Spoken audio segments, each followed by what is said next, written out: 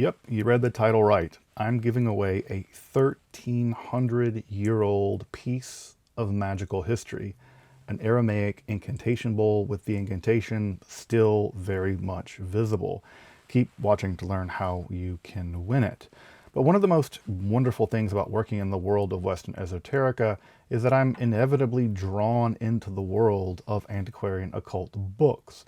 You'd be perhaps shocked, or not, now that I think about it, that a lot of the content I make on this channel draws from books which don't have modern editions, which don't have modern translations. They don't even have modern printings in some cases. Sometimes the only way for me to get access to a book to make a video here for the channel is to find a digital copy, or failing that, I have to go find an actual copy dating back hundreds of years. As I say, this channel is not called Esoterica for nothing. But aside from the books being about magic, I'm sure you'd also agree there's just something magical about old books.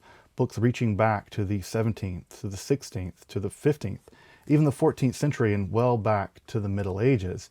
There's that old book smell. There's that feeling of the pressed type against your fingers, the century-old cracked leather, centuries of wear on the books, marginal annotations, perhaps a little bit of old manuscript and poking through the binding as binder's waste. It's all just so lovely to have access to an actual antiquarian book on the esoteric and the arcane. It's an experience that I love so much that I want to share it with as many of you as possible. And that's why I work with my colleague Dr. Morgan Meese to provide a curated selection of antiquarian occult volumes a few times a year. And this collection, I have to tell you, really does contain some truly wonderful treasures. Among them, for instance, is the Occult Philosophy of Cornelius Agrippa, here in a lovely edition of 1550. Just a spectacular volume detailing the heights of divine illumination. We also have a lovely copy here of the Corpus Hermeticum, of the entire Hermetica, with this wonderful binding and the clasps still intact. Again, opening it up, we can see, for instance, the Pymander, or the De Mysteriis of Iamblichus, poking out to us, calling us to study. It's just an absolutely amazing volume, and of course, a completely crucial volume in the history of the occult. Here we have, of course, the Pymander of Mercurius Trismegistus. So just an absolutely lovely volume. Here we have another great volume, which is the magical works of Paracelsus. Of course, Paracelsus is most famously known as an alchemist, but if we turn to some of the latter works of Paracelsus, some of which are admittedly spurious, we have these amazing works on magic. They're simply just filled to the brim with sigils of various kinds. Here we have entire pages of sigils and angel sigils, along with medical, magical signs, and so much more. I mean, just the sound of these books, flipping through them, you get that great old book ASMR. Just a fantastic experience of being able to handle and explore one of these books.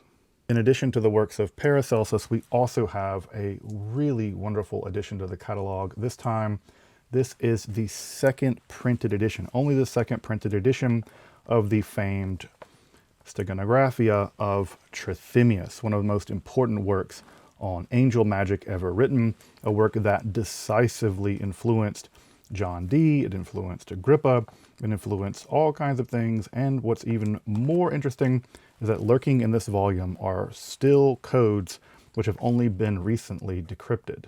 And again, comparing such a slender and important volume like that is a tome of a work by Reuchlin, the famed work De Arte Cabalistica, here in a substantial folio volume.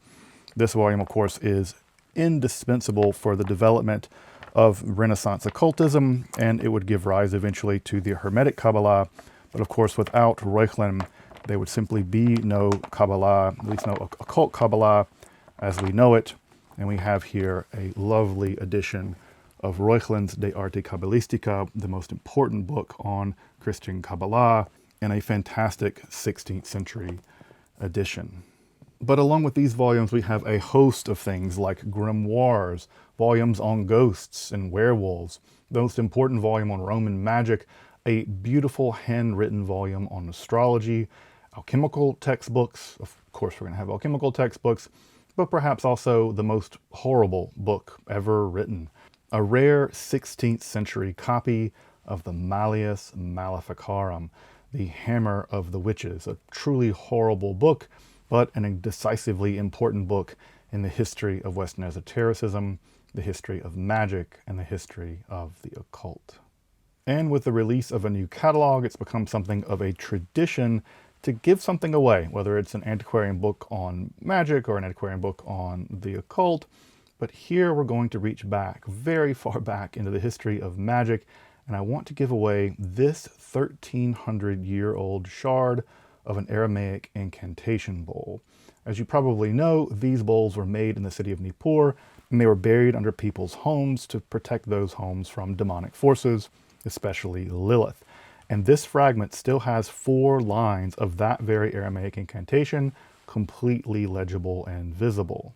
In fact, you can still see words like chutz, get out, words like la babayat, not in this house. So a really amazing little shard of magical history. So how do you win this cool shard of an incantation bowl? Well, basically all you do is this. Just check out our book catalog. You can find the link below. You can find the website. Take a look at our catalog and just let us know what your favorite volume is in the comments over at Instagram or in the comments here below on YouTube. You can also sign up to support us over at Patreon. You can follow over at our book Instagram, or you can just leave a comment about what your favorite book is, or just share your favorite esoteric episode on your socials, or just anything to kind of help support or promote the channel. That's it. It's totally free to enter. You don't have to pay anything. And we're going to pick a winner at some point in the eventual time, and we'll ship it out to you, and you'll have an Incantation Bowl fragment. But check out our rare book catalog. Good luck winning, and thank you for watching Esoterica, where we explore the arcane in history, philosophy, and religion.